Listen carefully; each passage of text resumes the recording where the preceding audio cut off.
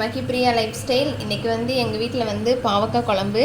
First கடாயை வச்சுட்டு அடுப்பு, அப்புறம் எண்ணெய் ஊற்றுறோம், கடுகு போட்டாச்சு, கடுகு போட்டுட்டு அப்புறம் வெந்தயம். எதுவுமே வெடிக்கலை, இந்த புல்லை சீக்கிரமாக செய்யணும்னு போடுதுங்க. அதுக்கப்புறம் கருவேப்பிலை பொரிஞ்சிருச்சு, எண்ணெய், அப்புறம் வெங்காயம்,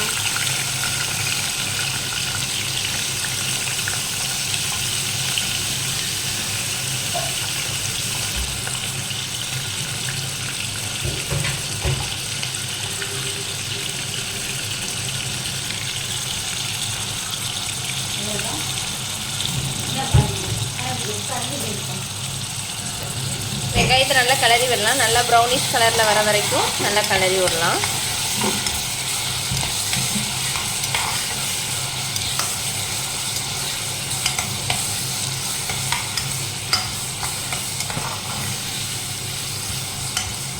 தக்காளி போட்டுருக்குறோம். தக்காளி நல்லா கிளறி விட்டுக்கலாம்.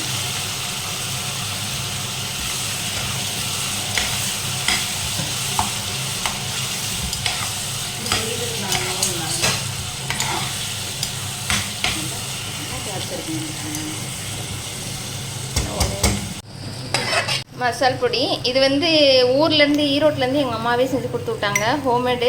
நாங்கள் வெளியெல்லாம் எங்கேயும் வாங்க மாட்டோம். இதிலே மல்லி, வரமிளகா எல்லாமே கலந்துருக்கிறதுனால ஒரே ஒரு மசால் தூள் தான். இது மட்டனுக்கும் சிக்கனுக்கும் இதுதான் போடுவோம் நாங்கள்.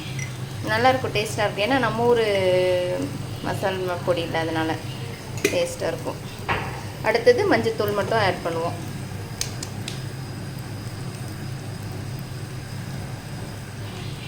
செம்ம டேஸ்ட்டாக இருக்கும். பாவக்காய் புளிக்குழம்பு மட்டும் நல்லா வைப்பா என்னோட சிஸ்டர். அது கிளறி விடணும், தண்ணி ஊற்றாமல் தான் எல்லாமே பண்ணணும். எண்ணெயிலே பண்ணணும். இந்த மேடம் வந்து எண்ணெயில் தான் சமைப்பாங்க, தண்ணியை ஊற்ற மாட்டாங்க. தண்ணிங்கிற வேலைக்கே இல்லை, தண்ணிங்கிறதே எங்கள் வேலை இல்லை. எல்லாம் எண்ணெயிலேயே போட்டு வணக்கணும்னு வணக்குவாங்க. நீங்களும் அப்படி செஞ்சிடாதீங்க, ஏன்னா நம்ம குடும்பத்துக்கு கட்டுப்படி ஆகாது. இல்லாமல் எண்ணெய் வந்து உடம்புக்கு நல்லதில்லை, கொலஸ்ட்ரால் வரும் நமக்கு. ஆனால் பார்த்தீங்களா, இந்த பொண்ணு நர்சிங் பொண்ணு, இவளுக்கு எல்லாம் தெரியும், தெரிஞ்சுக்கிட்டே எண்ணெயில் வணக்கிட்டு இருக்கிறா. பார்த்தீங்களா ஃப்ரெண்ட்ஸ், பாவக்காய்க்கு எண்ணெய் தான் எப்பயுமே முக்கியம். வெண்டைக்காவுக்கும் பாவக்காவுக்கும் அதுக்கப்புறம் எல்லா காய்க்குமே எண்ணெய் தான் முக்கியம். அப்போனா வந்து இவங்க வீட்டுக்காரர் எண்ணெய் தயாரிக்கிற இடத்துல வேலை செய்யணும், அப்போ தான் எண்ணெயிலேயே பொருள முடியும். இப்போ போட்டோம் 1ஆம் தேதி ஆனோடனே ஆல்ரெடி ஒருத்தங்க சொல்லியிருப்பாங்க. அவங்களும் சேம் நர்சஸ் தான், அவங்களும் அப்ராடில் தான் இருக்காங்க. அவங்களும் சொல்லியிருப்பாங்க. நாங்களும் அதே அவங்க மாதிரி தான் பிளான் போடுவோம். அது இது அப்படின்ட்டு காலையில் 2 முட்டை சாப்பிட்லாக்கா, மதியம் எல்லாம் ஹெல்த்தியாக சாப்பிட்லாக்கா, நைட்டுக்கு அது சாப்பிட்லாக்கா அப்படின்ட்டு 2 பேர் போடுவோம். ஆனால் சாப்பிட மாட்டோம். 2 days தான் ஃபாலோ பண்ணுவோம். 3rd day பழைய குழம்பு ஃப்ரிட்ஜுக்குள்ளே எதாவது இருந்தால் சூடு பண்ணி சாப்பிட்டு படுத்துக்கலாம். இல்லையா கடையில் ஒரு வெறும் கிரேவி மட்டும் வாங்கிட்டு வந்து ஒயிட் ரைஸ் வச்சுக்கலாம் அப்படின்ட்டு இருப்போம். ஆனால் அப்படி இருக்காதிங்க. டைம் கிடைக்கும்போது நல்லா குக் பண்ணி சாப்பிடுங்க, உடம்புக்கு ரொம்ப நல்லது. ஏன்னா நம்ம வேலைன்னு பார்த்துட்டு வேலையவே பார்த்துட்டு இருக்கக்கூடாது, உடம்பு போயிடும்.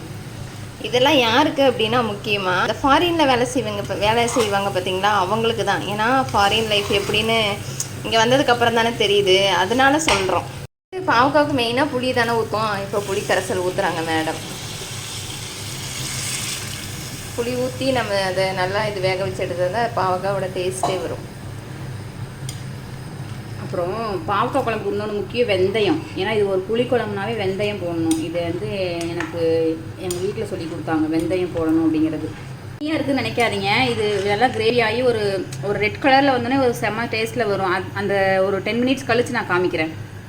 குழம்பு ரெடி ஆகிடுச்சு, நல்லா வத்திருச்சு தண்ணியெல்லாம். இப்போ வந்து ஆஃப் பண்ணி எடுத்து வச்சுட்டு சாப்பிடலாம். பாவக்காய் குழம்பு நீங்களும் வச்சு ஒரு நாளைக்கு சாப்பிட்டுக்கோங்க. வீடியோ உங்களுக்கு பிடிச்சிருந்தா லைக் பண்ணுங்கள், ஷேர் பண்ணுங்கள், மறக்காமல் எங்கள் சேனலை வந்து சப்ஸ்கிரைப் பண்ணுங்கள். சரிங்களா? பாய், டேக் கேர்.